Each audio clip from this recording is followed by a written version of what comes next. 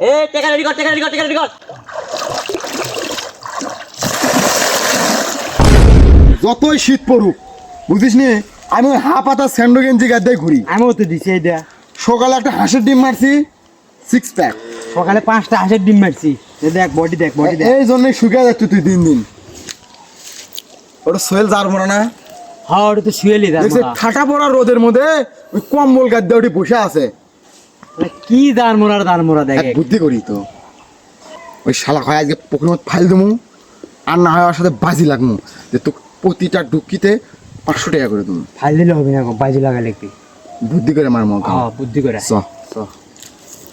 কিরে যার মোরা, এই ঠাডা বড় রোদের মধ্যে তুই কম্বল গাদ্দা বসে আছু গে? কি অবস্থা দেখ, খেলার কি অবস্থা দেখ দেখ দেখছি দেখ। অবস্থা। ভাই তোমরা তো করছো বিয়া, এই অদমের দুঃখ তোমরা কি বুঝবে?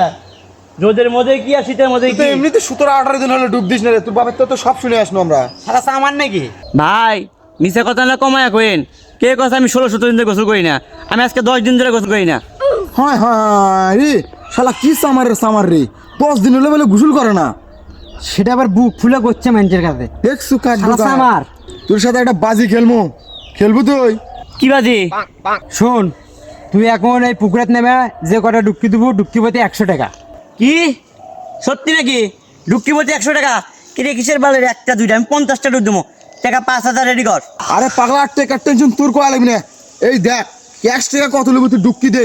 কি হ্যাঁ এলে দে। ডুবকি প্রতি 150টা ডুব দেবো। এই যে মুরগি দেখছি। হ্যাঁ, টাকা রেডি কর। এ টাকা রেডি কর, টাকা রেডি কর, টাকা রেডি কর। শালা মশে রে, তুই থাক উপরে থাক, আমি খেলে নিছি। হাই রে ভাই, কি করে ধর রে।